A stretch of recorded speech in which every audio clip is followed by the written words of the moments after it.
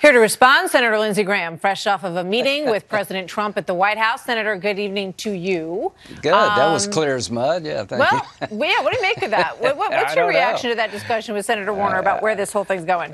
I've seen no evidence of collusion. I'm on the Judiciary Committee. Burr says he hasn't seen any. We'll see. Mueller will give us a report, hopefully in my lifetime. But this idea of just destroying President Trump and his family is not going to play well with the American people. And when Mueller issues his report, I don't think he's going to find any collusion between the Trump campaign and the Russians. I can tell you this, President Trump has a hard time colluding with his own government, so I don't think he colluded with the Russians. Last night I talked to Joe DeGeneva, the attorney, and he said that he thought all 81 people who received those subpoenas should all refuse to show up. What do you think about? He said, that would be the biggest, boldest statement they could make. What do you think about that? I just think the House is off the rails, and they're going to spend all their time trying to tear Trump down instead of build up the country. And President Trump is going to challenge them to work with him on immigration reform, on infrastructure that would help the American people. And if they keep playing this game of trying to destroy him and his family and refusing to work with the president to try to improve the lives of American families, Trump's going to win going away in 2020. You did an interview with the New York Times, and the Daily Podcast, raised the question, what happened to Lindsey Graham? And when I listen to you talk about the president that way and, what you think he wants to accomplish, this is a long piece that drills down on the things that you said about the president in the past, kook, crazy, all of that. So, in a sentence or two, what did happen to Lindsey Graham? What changed your mind so dramatically about the president? He beat me. He's president of the United States. I want him to be successful. I wanted Obama to be successful. I wanted Bush to be successful. The people in South Carolina want me to work with the president when it makes sense. I like what he's doing. He's rebuilding the military. He cut our taxes. He destroyed the caliphate. He got out of the Iran nuclear deal. He's got Rocket Man at the table. He's deregulating the country. He put Gorsuch and Kavanaugh on the bench. From my point of view, he's exceeded every expectation I had. I unashamedly want him to be successful. When I disagree with him, I'll tell him so, but nothing's happened to me. The only time you can be seen as a good Republican by the liberal side of the equation is when you attack a Republican. I had my shot at President Trump. The American people chose him. I want him to be successful. I'm all in. To the extent that I can help this president, I will.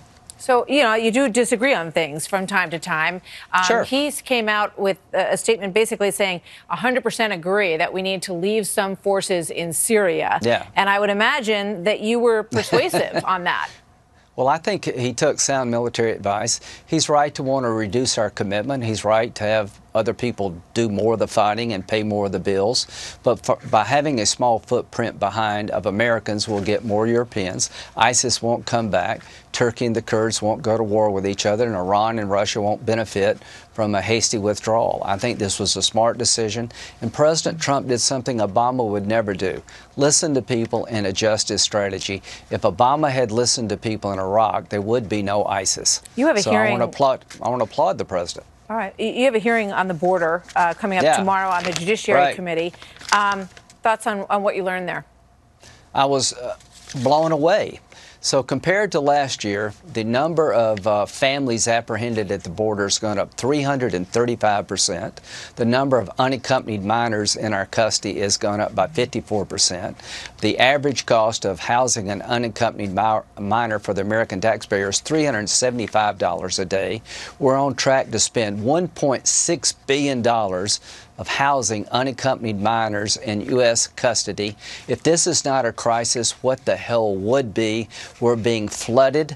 The numbers are just through the roof. Well, and let our me laws. Ask you this. There's some, just looking through Twitter just moments ago, there's some complaints about the fact that Senator McConnell took up a vote on this and allowed Republicans, which he knew were going to vote against the president on this. Do you disagree with taking that vote in the Senate when there have been so many times when there was never a vote taken in the Senate?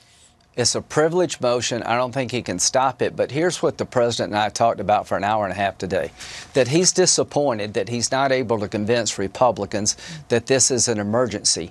Again, I've been dealing with this issue for a decade. If families get to America, they're released within 20 days. If an unaccompanied minor makes it into our custody, only 2% are returned to the country where they came from. We're sending a signal to all over Central America. If you can make it to America, you're going to stay. We're being overwhelmed. We're on track to have 650,000 illegal immigrants apprehended in 2019. It is a crisis. The legal authority the president is using has been used 50 times.